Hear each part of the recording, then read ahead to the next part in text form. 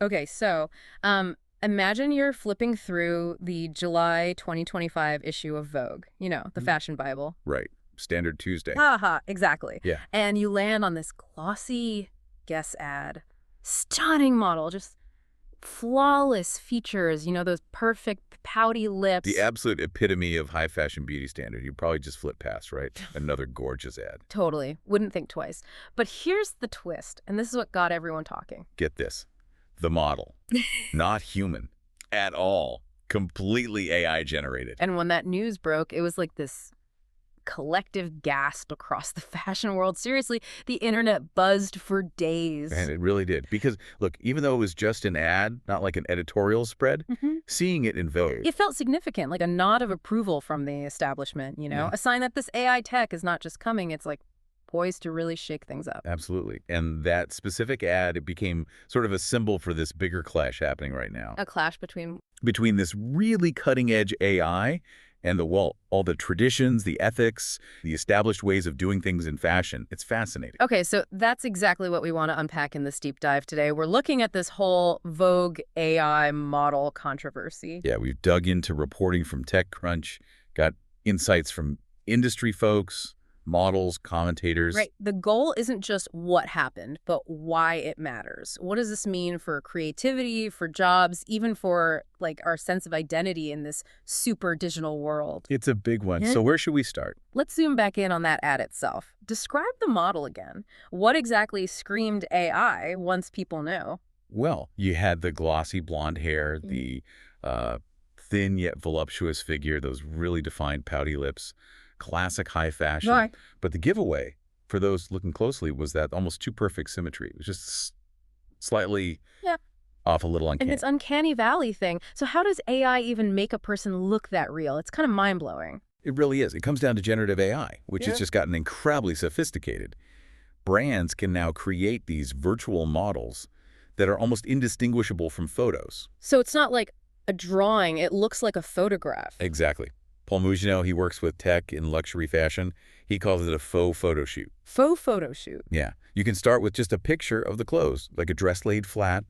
Then the AI basically wraps it onto a photorealistic virtual model it creates. Wow. It puts her in a realistic setting, adds lighting.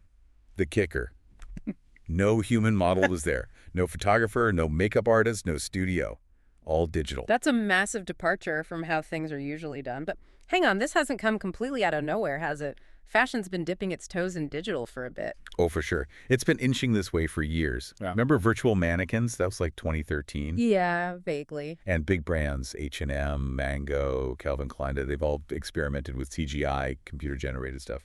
And Sinead Bevel, the model turned tech entrepreneur, she actually wrote about this in Vogue like 5 years ago, predicting the rise of computer-generated models. She totally saw it coming.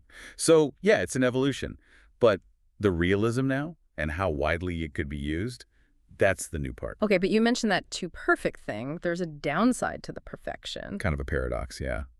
Sandrine Decorday, who runs an AI studio called ArtCare, she points out that lots of AI models end up with weirdly similar features, like eerily symmetrical lips and identical jawlines. Huh. So they all start to look the same, homogenized. A bit, yeah. Her team actually spends time adding imperfections back in, a little asymmetry, a quirk here and there, just to make them feel more human. That's fascinating. Even in the digital world, we need that touch of reality, that slight flaw. We seem to crave it, yeah. It connects better. Okay, so if perfection isn't always the goal, and it can look weird, why are brands like Guess jumping on the AI model train so enthusiastically? What's the big draw? Honestly, it mostly boils down to the usual suspects: cost, speed, and scale. Money and time. Exactly. Think about a traditional fashion shoot. It's expensive. You've got model fees, photographer fees, studio rental, crew, catering, travel, wardrobe changes. It adds up fast, and it's slow. Right. Logistics nightmare sometimes. With AI, a lot of that can just happen on a laptop. Much quicker, much cheaper. Amy Odell, the fashion writer, put it bluntly, it's just so much cheaper to use AI models now. And brands need so much content these days, don't they? It's not just 4 big campaigns a year anymore. Well, not even close. PJ Pereira, he's got an AI ad firm. He says brands need like hundreds, maybe thousands of unique images for Instagram, for TikTok, for different e-commerce sites. Wow, thousands. Yeah, you just can't scale traditional photo shoots to meet that kind of demand. Hmm. Barrera says AI is basically the new system required to keep up. Okay, so cost and scale. What else? Flexibility is huge. AI models, well, they don't get tired. They don't have scheduling conflicts. They don't need breaks. Ha! The dream employee. Sort of. And you can tweak them instantly. Want to change the hair color for a different market? Done. Adjust the pose slightly? Done. Change the lighting? Easy. No reshoots needed. That level of control must be incredibly appealing from a business perspective. Hugely appealing. And sometimes there are even these sort of unexpected ethical angles. Like what? Remember Sandrine Decorday from ArtCare? Her studio uses AI to create virtual child and infant models for kids' clothing. Oh, interesting. Why? Well, she argues it avoids the whole minefield of using real child models. The regulations, the potential for exploitation, the stress on the kids. It's a notoriously tricky area. Right, child labor laws and all that. Exactly. So in that specific case, AI is presented as a way to protect minors. It shows the tech can be a tool, either to cut corners, maybe, or sometimes to solve genuine problems. That's a really important distinction, but it leads us right into the thick of the controversy, doesn't it? The ethics, particularly around diversity. Oh, yes. Artificial diversity. That's probably the loudest criticism. Explain that. What's the concern? The question is, when a brand uses AI to create, say, a model of color or a plus-size model, are they genuinely promoting diversity? Or are they just simulating it to tick a box? Yeah, I remember the huge backlash when Levi's talked about this in 2023. They said they'd use AI models to supplement human models for diversity. And people immediately called it out as artificial diversity. Yeah. Like instead of hiring actual diverse humans, you're just generating pixels that look like them. It feels hollow somehow. And what about the impact on actual models from underrepresented groups? That's where it gets really personal. There was this model, Sarah Murray, a black commercial model. She talked about seeing an AI woman of color used by Levi's. How did you feel? She said it just made her feel sad and exhausted. Like, here's this huge global brand that would rather generate a virtual black model than give a real opportunity to someone like her waiting for that job. It felt painful. Oof. Yeah, I can absolutely see that. It feels like bypassing the very people you claim to want to represent. Sidney Bevel, remember her? She calls it robot cultural appropriation. Robot cultural appropriation. Wow. Yeah. Her point is that often these tech companies creating the diverse AI models aren't necessarily led by people from those same marginalized groups, so they're essentially conjuring up the appearance of diversity. Without actually engaging with or employing the real people. Exactly. It becomes diversity on demand. Just click a button, generate diversity. It feels like it commodifies identity, turning it into just another selectable feature. Like checking a box instead of doing the real work of inclusion. That feels problematic. Deeply problematic for many. And tied into this is the transparency issue, or lack thereof. Right. You mentioned the Vogue ad wasn't labeled, hey, this isn't a real person. Nope. Most people found out afterwards, through the online chatter. And that lack of upfront disclosure feels, well, deceptive to some. Yeah, if you assume it's real, finding out it's fake can definitely erode trust, can't it? Especially now when consumers say they value authenticity and ethical brands. Totally. It risks making the brand seem like they're trying to pull a fast one. Claudia Wagner, she runs a model booking platform. She found the Guess ad technically cool, but ultimately not impactful. Why not impactful? Because it just felt like a gimmick, like tech for tech's sake. She said the real value comes when AI is used with actual purpose, not just to get attention. Purpose beyond just looking cool or saving money. Which brings us back to the human cost. What does this actually mean for people's jobs? That's the million-dollar question, isn't it? The practical fear is, if brands can generate perfect images cheaply, what happens to the models, the photographers, the whole ecosystem? Sinead Bubble specifically mentioned e-commerce models, right? Yeah, she called them the bread and butter of the profession. Not the runway stars, but the ones doing endless online catalog shoots, product shots, the working majority. And those are the jobs most at risk. Precisely. Because that kind of high-volume, often quite standardized imagery is exactly what AI is getting really good at automating. But it's not just models, is it? No way. Think about photographers, makeup artists, stylists, set designers, photo retouchers, that whole network of creative professionals. An entire ecosystem could feel the squeeze. Yeah, TechCrunch framed the dilemma perfectly. When high-quality creative work can be done by AI in a fraction of the time and cost, what's the point of humans?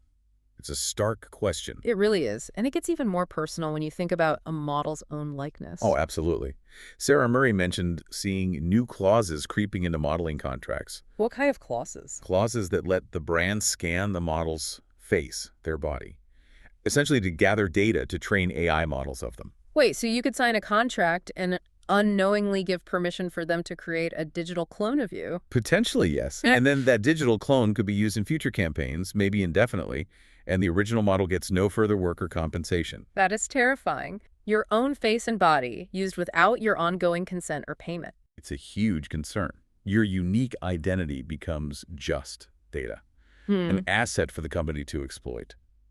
That's why groups like the Model Alliance are pushing hard for laws, like the Fashion Workers Act, What would that act do? require explicit consent, clear terms, and fair payment before a brand can create or use a model's digital replica, basically protecting their digital self. Seems absolutely essential. Now, some people try to put a positive spin on it, right? Like, top models could license their digital double. Yeah, the argument is that a star model could earn money in her sleep by having her digital self appear in campaigns everywhere without ever leaving home. A new revenue stream. Sounds good for Gigi Hadid, maybe, but what about everyone else? Exactly, that's Paul Mouginot's point. For every superstar who might benefit, there are countless working models who just won't get hired because the AI version is cheaper and easier. So his quote was something like, Whenever an avatar is hired, that means a human wasn't. He warned, what few players gain can mean fewer opportunities for many others. Its classic tech disruption efficiency gains for business often mean job losses for workers. a tough reality.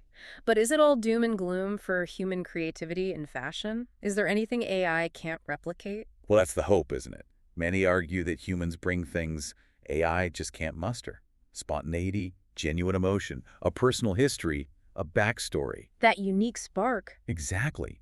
Think about iconic supermodels. It wasn't just about perfect features. It was often that quirky imperfection, an undefinable aura, right? Qualities an algorithm optimizing for some ideal might actually filter out. Right, the algorithm might see a unique mole or slightly crooked smile as a flaw to be corrected. Precisely. Mouginot talks about the sensual reality and the touch of imperfection that humans connect with, that unpredictable glance, the authentic emotion in the eyes, and that's incredibly hard to just code. So maybe the rise of AI forces human creators to lean into what makes them unique. That's Cindy Bovel's advice to models. She says, double down on what makes them uniquely human. Build your personal brand, show your story, because, as she puts it, AI will never have a unique human story. Interesting. So maybe AI doesn't replace humans entirely, but it raises the bar, makes us value true human creativity even more. It's a possibility, Mm. a fascinating one. And this whole debate, sparked by that Vogue ad, really opens up these much bigger questions for society, well beyond just fashion runways. Like the issue of AI bias you touched on earlier. Yeah, if the AI is trained on historical fashion images, which often heavily favored, say, thin, white, Eurocentric looks. And the AI is just going to reproduce that bias, right? Maybe even amplify it. Exactly. PJ Pereira admitted you have to specifically prompt the AI for diversity, just like you'd have to consciously cast diverse human models. If you don't, the AI defaults to its training data. And the risk then is what? An even more homogenized view of beauty. An eerie uniformity, as some fear. It could inadvertently narrow our collective idea of what's beautiful, which feels like a huge step backwards. Definitely. And this isn't just fashion, is it? We're seeing AI impacting writers, musicians, artists, programmers. Everywhere. It forces this really fundamental question. What happens when human creativity, something we've always seen as uniquely human, has to compete directly with machine-generated content? Does art lose its value if it can be mass-produced by an algorithm? Does content lose its soul? These are huge philosophical shifts we're facing. You really are. And that idea of commodifying identity, it goes beyond just replicating real models. You mean like those completely fictional virtual influencers like Lil Miquela? Exactly. Yeah. Entirely fabricated personas, name, look, backstory, personality, all designed as a product. Identity itself becomes manufacturable. Which is slightly creepy. If a brand can just create the perfect spokesperson who never ages, never causes trouble, never has a bad day. It sidelines real, messy, unpredictable humans. It pushes us to ask, do we have rights to our digital selves? How do we manage consent and privacy when AI can generate anything? We're only just starting to figure this out legally and ethically. Wow. Okay, so wrapping this up. That single AI model in a Vogue ad really opened a Pandora's box, didn't it? It really did. It crystallized this core tension. On one side, you've got this incredible, dazzling innovation, creating any image imaginable, cutting costs, maybe even solving niche problems like child modeling issues. But then the other side is loaded with concerns, losing the human touch, amplifying bias, threatening jobs, blurring reality and fiction, eroding trust. Exactly. Fashion, like so many industries, is right at this crossroads, trying to figure out how to balance the potential of AI with, well, integrity and humanity. And it's clear this isn't a conversation just for fashion insiders or tech geeks. Not at all. Developers, brands, models, ethicists, regulators, the public, everyone has a stake in where this goes. So what does the path forward look like? More regulation? Clearer labels? Probably a mix of things. We'll likely see pushes for mandatory disclosure. This image is AI generated. Yeah. We'll see fights over digital likeness rights and compensation. Maybe hybrid approaches where AI assists human creativity rather than replacing it. Like Claudio Wagner said, it's a testing and exploring phase. Exactly. Mistakes will definitely be made. Controversies will erupt. But hopefully, genuine innovations will emerge, too. And maybe there's comfort in remembering what makes fashion or any art form truly compelling. Which is? People. Ultimately, it's about human connection, human stories, human expression. And AI can strike a pose flawlessly. But it can't, yet anyway, truly evoke a lived experience or represent a community or connect on that deep emotional level that a real person can. So the challenge is finding that balance, using AI as a tool that serves creativity and maybe even inclusivity rather than undermining them. It's a tightrope walk. So the final question lingers. Will AI models be strutting down runways alongside humans tomorrow? Or will this become a curious footnote, a failed fad? Huh. We don't have the answer yet, do we? It's unfolding right now, one experiment, maybe one controversy at a time. But that Vogue ad, it definitely got everyone watching. And maybe that intense scrutiny, that wake-up call, is exactly what the industry and maybe all of us needed right now.